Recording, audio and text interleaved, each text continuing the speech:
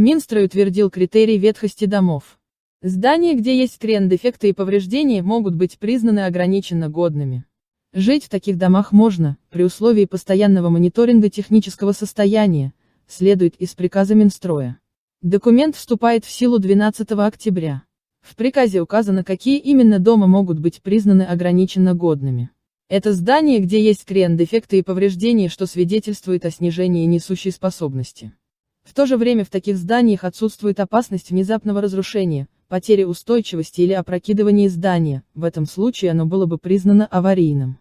Жить в доме, признанным ограниченно годным, можно, если будет проводиться мониторинг его технического состояния, либо будут восстановлены или усилены конструкции и грунты. Оценку и обследование многоквартирных домов в целях признания их находящимися в ограниченно работоспособном техническом состоянии проводит региональная межведомственная комиссия.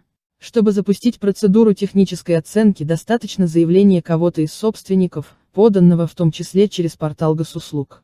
Решение о признании многоквартирных домов ограниченно годными принимает субъект федерации в течение 30 календарных дней со дня получения соответствующего решения комиссии. После этого местные власти обязаны направить заявителю решение в письменной или электронной форме и проинформировать жильцов, что дом признан ограниченно годным. В комментарии парламентской газете депутат Госдумы Светлана Разворотнева отметила, что существующее понятие «ветхое жилье» сильно размыто. Приказ Минстроя, определивший критерий ветхости домов, это шаг в правильном направлении, но в этом вопросе нужны более существенные решения, уверена парламентарий. Пока понятие «ветхое жилье» скорее литературная форма, чем указание на то, что и как делать с такими домами. Государству необходимо определиться, как содержать ветхие дома, поскольку денег, собираемых управляющими компаниями, явно недостаточно, отметила депутат. Другой важный вопрос, по мнению Разворотневой, касается капремонта ветхого фонда. На его проведение требуется больше средств, чем в обычных домах, а значит, нужно думать о софинансировании работ.